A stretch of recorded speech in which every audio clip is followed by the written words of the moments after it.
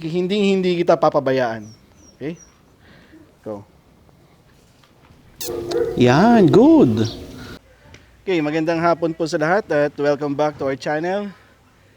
At kagabi nga ay dumating na si Pangarap, siya yung Philippine Forest Dog na inadapt natin. At yung umiiyak doon ay siya si Pangarap. So, dapat ang gagawin ko ay hindi ko muna siya isasama sa pack kasi siya ay parang naka-quarantine. Pero dahil nga iyak ng iyak at ang sabi ng owner ay kasama niya kasi lagi yung nanay niya. So, ang assumption ko ay hindi siya sanay na mag-isa, hindi siya sanay na naka-kennel. Kaya mas bibilisan natin yung introduction niya sa mga alabay puppies natin, na nandun na yung mga alabay puppies natin, para mas madali siya maka-adjust dito sa setting namin. Okay, so kukunin ko si Pangarap. So hawak ko na ngayon si Pangarap. Yan siya, no? Ito siya. Isa siyang Philippine Forest Dog, sabi ko nga sa inyo. At ang kulay niya ay brindle. Okay, yan. Yan ay brindle. So hindi pa rin siya nakaka-adjust sa new family niya. Pero ang ano kasi, iyak ng iyak, so introduce na natin siya sa pack ngayon. So nandun na yung mga alabay puppies. Tingnan natin kung paano siya tatanggapin.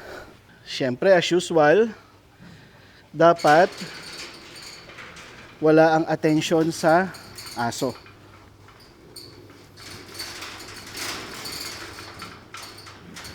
Dito muna. Obserbahan natin yung body language.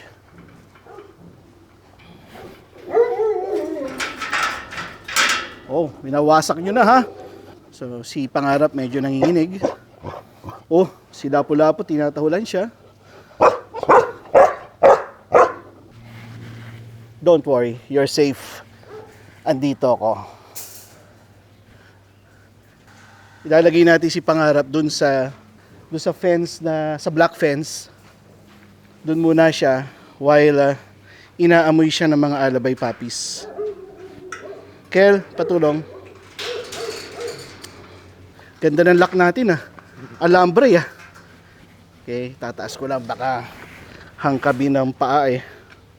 Okay, lalagay natin siya dyan sa gitna. Of course, amoy-amoyin siya. So yung tail niya nagwawag. Ayan o. So, ayan. So lahat interesado sa kanya. So ito si Mayumi. Mayumi, Lapu-Lapu, si John Wick, si No, si Star-Lord, si Hiraya. Okay, so at si Pangarap. Si Pangarap ay 5 days, 5 araw na mas matanda kaysa sa mga alabay puppies. Okay? No. No.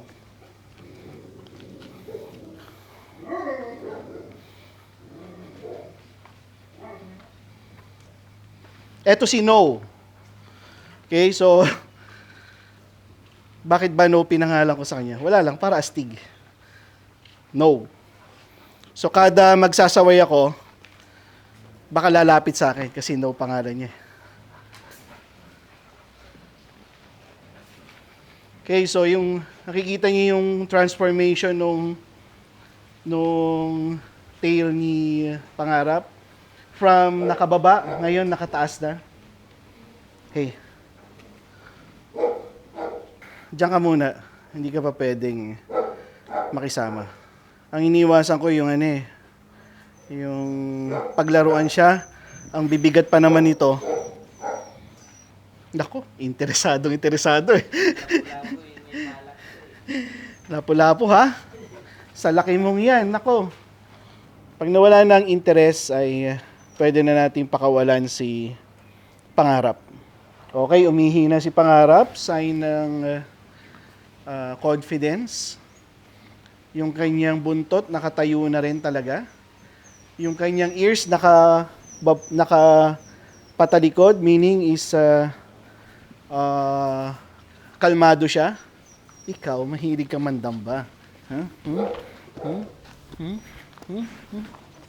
Hmm?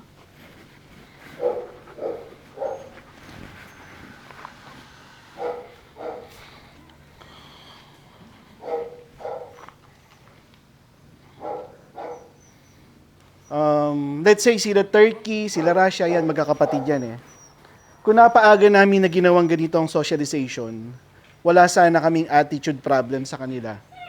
Ang problem namin before, hindi namin ginagawa yung ganitong exercise. Kaya nahirapan kami na i-correct sila i-correct yung mga attitude nila. Ngayon, corrected naman na, pwede na silang magkakasama at alam na nila yung position nila sa pack. So, ayaw naming maulit yon dito sa litter na to. Kaya as early as now, halimbawa si Pangarap, bagong aso siya, no? Bagong breed. I-introduce na namin, puppy pa lang, para ang pack matuto na pag may bagong aso, ganito dapat ang treatment nila. Okay? So ipapakita namin sa inyo, once na bumaba na yung energy, ipapakita namin kung paano dapat nila i-treat yung aso kagaya ni Pangarap at paano nila dapat i-welcome si Pangarap sa pack. Ito, interesado. Si Star-Lord, interesado. So, si Lapu-Lapu, interesado pa rin, no? Ang ayoko lang kasi ito si Pangarap is manipis, maliit. So, yung play nila sa bawat isa ay iba sa play nila with Pangarap. Siyempre, baka to, ang liit ng pata nito.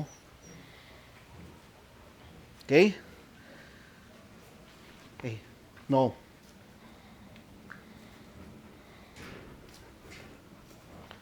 No.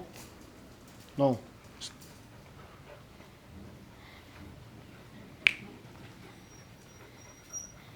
Yun, sinasaway na natin.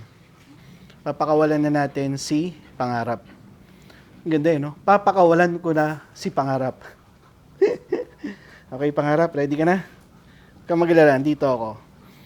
Hindi kita papabayaan. Okay? Go. So, yun na si Pangarap. So, si John Wick at saka si Lapu-Lapu agad ang kumikilala sa kanya. Okay, good. Okay yan.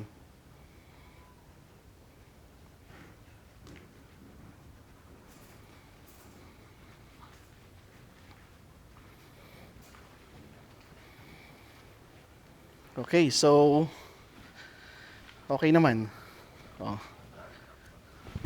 So hindi na interesado sa kay Pangarap yung mga aso. Ay yung mga aso. Mas interesado sila dun sa sa fence na ginamit natin. At si Pangarap ay tumatalon.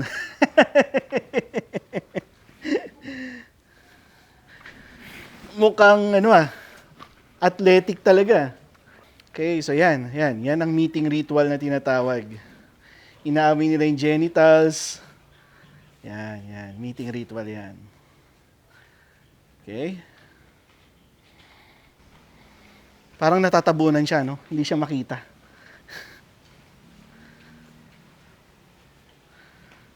Okay, so si Pangarap ay naghahanap siya ng lalabasan niya. So kanina pa pinagtitripan ni Star-Lord to eh. Yan. So na-enjoy na ni Pangarap. Kanina, si Pangarap gusto niyang umalis. Gusto niyang tumalon, pero ngayon ay hindi na niya ginugusto yon kasi feeling niya tanggap siya ng pack. Yan, tanggap siya. Ayan, tinan niyo umupo na si Star-Lord. Ayan, di ba? Yan ang gusto ko. Yan, respect. Good. At umupo na rin si No. Di ba? Yan, galing. Yan, nilapitan niya si Mayumi. Si Mayumi nakaupo na rin. At si John Wick umupo na din. Good. Okay, si John Wick nakaupo na rin. Ang mensahe ay klaro na tinanggap ng pack si Pangarap. Yan o. Walang fight, walang dominance. Nirespeto ng pack si Pangarap.